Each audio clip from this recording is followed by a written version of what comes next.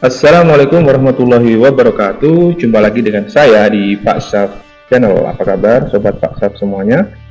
Semoga sobat semuanya dalam keadaan sehat dan tetap semangat ya. Tetap patuhi protokol kesehatan, pakai masker, jaga jarak, hindari kerumunan, dan sering cuci tangan dengan air dan sabun ya. Dan jangan lupa vaksin jika sudah ada kesempatan. Oke sobat, kali ini saya akan membahas topik tentang penelitian ya, tentang topik penelitian terutama bagaimana cara kita menemukan research gap ya, atau novelty atau kebaruan dari penelitian kita. Nah, seringkali kita mengalami atau mungkin sebagai dosen kita juga seringkali menemui mahasiswa yang hanya melakukan penelitian repetisi ya, artinya penelitiannya mirip, hanya saja beda dengan subjek ataupun metode yang digunakan ya. Oke, menurut secara teori sudah termasuk novelty ya, tapi atau ada gap dari penelitian-penelitian sebelumnya, namun tentunya hal tersebut masih novelty atau gap yang sangat minimal. Nah, saya menemukan sebuah aplikasi yang cukup recommended untuk mencari research gap yang akan kita untuk penelitian yang akan kita lakukan. Namanya adalah namanya adalah Open Knowledge Maps ya, atau OKM ya, bukan disingkat ya, jadi pakai Open Knowledge Maps ya. Alamatnya adalah www.openknowledgemap.org ya. Nah, seperti ini tampilannya. Oke, silahkan nanti seperti ini tampilannya. Kita scroll down dulu, apa aja isinya. Nah, ini adalah identitas dari ini ya. Aplikasinya di sini ada search, ada about, team, community, project, news, dan become a supporting member ya. Nah, bagaimana caranya? Oke, contoh ya, kita melihat di sini ya. Di sini ada PubMed Life Sciences ya, untuk bidang-bidang eksak ya, atau science. Nah, ini base untuk all disiplin ya. Kita pilih yang all disiplin ya. Caranya bagaimana? Cukup simple ya sobat semuanya. Contoh saya di sini itu akan meneliti tentang automatic rating evaluations atau AWE. Nah, sini kita bisa langsung go. Nah, kita tunggu sebentar. Please be patient. This takes around 20 seconds ya, 20 detik saja.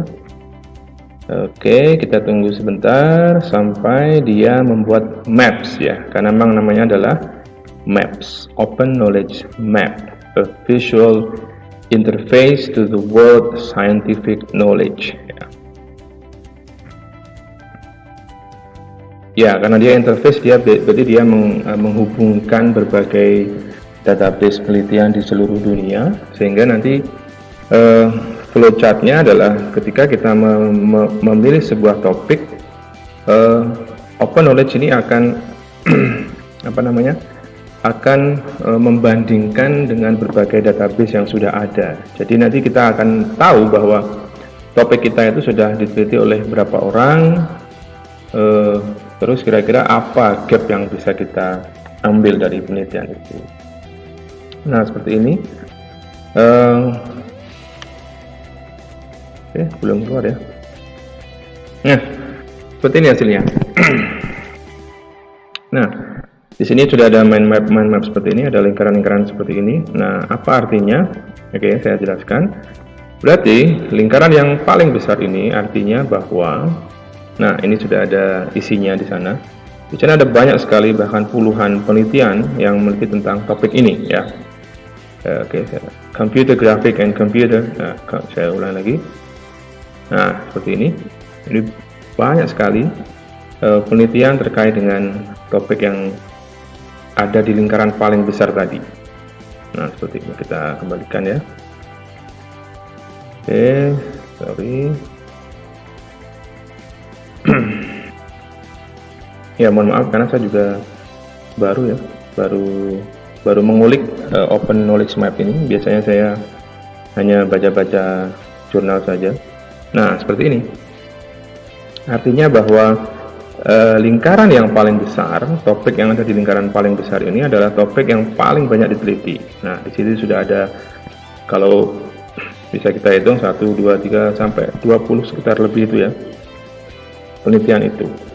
Semakin kecil lingkaran misalnya di sini, berarti semakin sedikit penelitian yang sudah dilaksanakan. Ini hanya 2 penelitian untuk topik ini. Artinya apa? Artinya untuk mendapatkan research gap akan besar sekali peluangnya ketika kita memilih lingkaran yang paling kecil ya. Jadi peluang kita untuk mendapatkan research gap itu semakin besar. Nah, kalau kita memilih di sini, artinya kita direpetisi untuk penelitian-penelitian yang ada sebelumnya. Jadi novelty atau research gap-nya kurang. Nah, oke, kita lihat di sini ya, apakah isinya. Di sini automatic, tadi automatic ini ya. Nah, di sini hanya ada 2 saja. Nah, di sini ini isinya ada di sebelah kanan sini ya. Use of automatic Chinese character decomposition and human gesture for Chinese calligraphy robots ya. Jadi ini sangat jarang sekali yang meneliti terkait dengan ini ya. Topik ini maksud saya. Nah, ini hanya 2, itu pun juga sama ya. Ini penelitiannya juga sama dari Chow Fei ya, Chow Fei.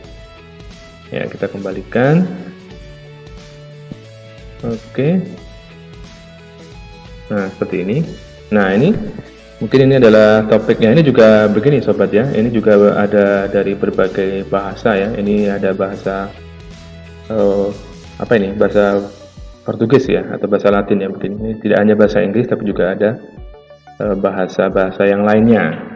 Nah, seperti ini adalah cara kerja dari Open Knowledge Map ya. Nah, mungkin ini adalah yang juga cukup ya mungkin ya, sesuai dengan topik yang akan saya ambil, dan juga masih sedikit orang yang meliti tentang itu. Nah, tentang assessing ini ya. Nah, ini hanya ada 1, 2, 3, 4, 5, 6, itu artinya 6 yang terpublikasi di jurnal yang bisa bisa diindeks ya oleh ini Open Knowledge Map ini. Nah, di sini ada mungkin yang cocok di sini. Computer Assisted EFL Writing and Evaluation Based Artificial Intelligence, a case from College Reading and Writing Course. Ya, ini mungkin cocok dengan penelitian saya nanti ya. Nah, bagaimana cara melihatnya? Kita juga bisa langsung membacanya di sini. Kita klik linknya. Nah, seperti ini. Apakah dia bisa diunduh gratis? Nah, ini sepertinya bisa. Jadi ada pilihan ini, download. Nah, seperti ini. Ada juga yang tidak bisa di-download langsung ya. Bisa kita pakai. Ada juga artikel yang berbayar. Oke, Computer Assisted EFL Writing ya, karena saya orang di pendidikan bahasa Inggris.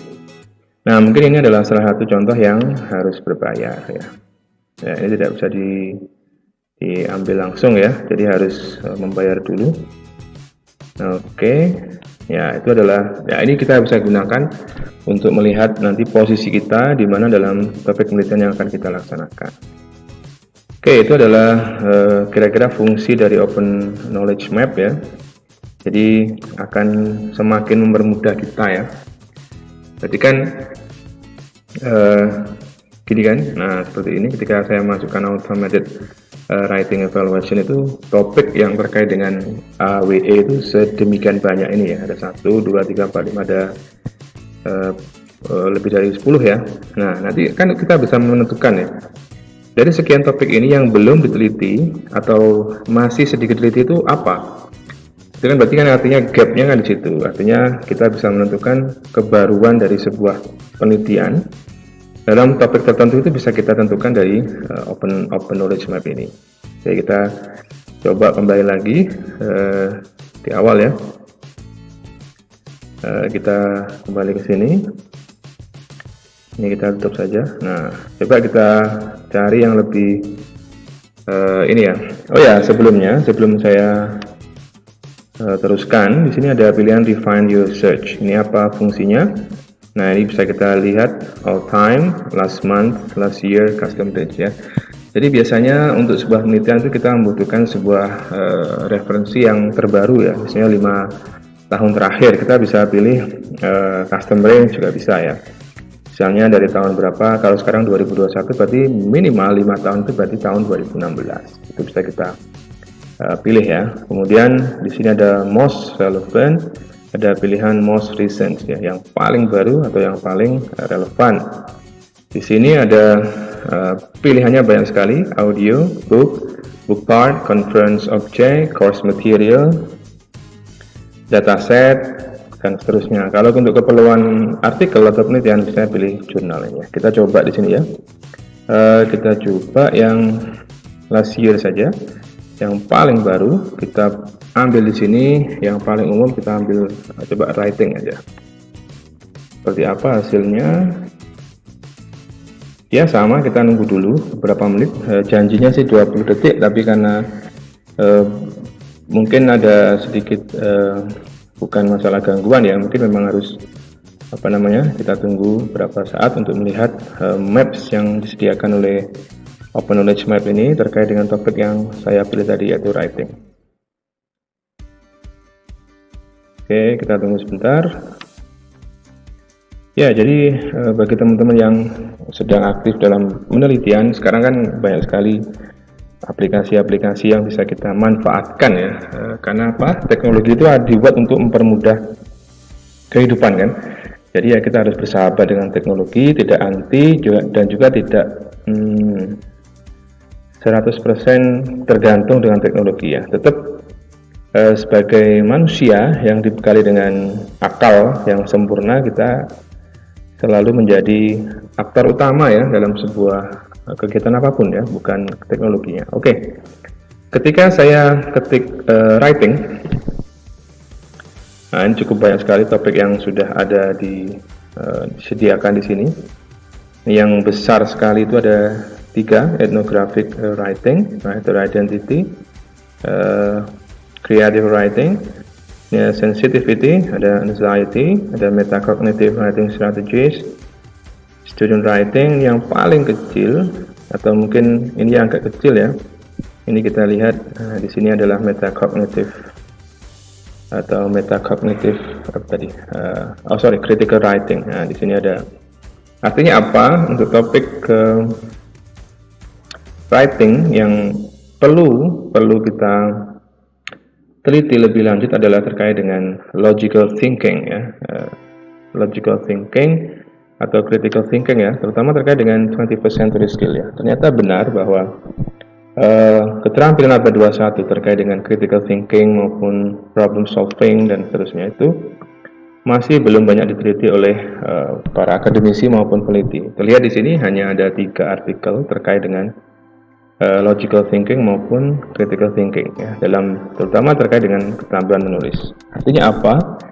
Sebagai future researcher, kita bisa memilih objek ini sebagai penelitian kita, dan peluang kita untuk menemukan gap itu lebih besar karena memang hanya sedikit peneliti yang sudah meneliti tentang ini. Mungkin seperti itu ya kalau lebih fungsi dari Open Knowledge Map ini. Oke,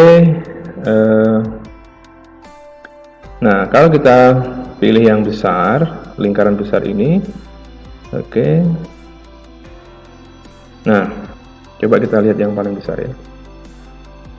Nah, sorry, ini masih lag sepertinya. Oke. Belum mau. Nah, misalnya kita pilih ini, ya ini metacognitive ini. Ini ada banyak sekali peneliti atau artikel yang sudah dipublikasikan terkait dengan topik itu. Artinya apa? Ketika kita memilih topik ini, keterbaruan penelitian kita itu akan kurang tinggi ya, karena memang sudah banyak peneliti atau penulis yang menghasilkan artikel-artikel ilmiah terkait dengan bidang ini. Makanya kalau menurut saya lebih baik dihindari. Kita pilih topik-topik yang ada di lingkaran yang kecil. Lingkaran kecil itu artinya tadi apa? Masih sedikit yang meneliti, sekaligus peluang kita untuk menemukan research gap itu semakin besar. Saya kira begitu ya sobat semuanya. Semoga bermanfaat. Mohon maaf, saya juga masih belajar ya. Jadi jangan mengira saya sudah master. Saya juga masih belajar. Ini niatnya adalah belajar bareng supaya kita bisa maju bersama. Jadi kalau ada masukan, kalau oh itu enggak seperti itu maksudnya Pak, silahkan monggo, silahkan nanti di komentar. Saya akan dengan senang hati menerima masukan dari sobat-sobat yang tentunya lebih literate terhadap dunia artificial intelligence dan juga lebih master daripada saya. Oke, semangat terus, maju bersama Pak Syaf Channel ya. Semoga bermanfaat konten singkat saya ini. Jangan lupa dukung Pak Syaf Channel dengan cara apa?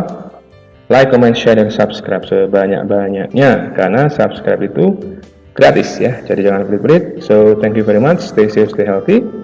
Wassalamualaikum warahmatullahi wabarakatuh.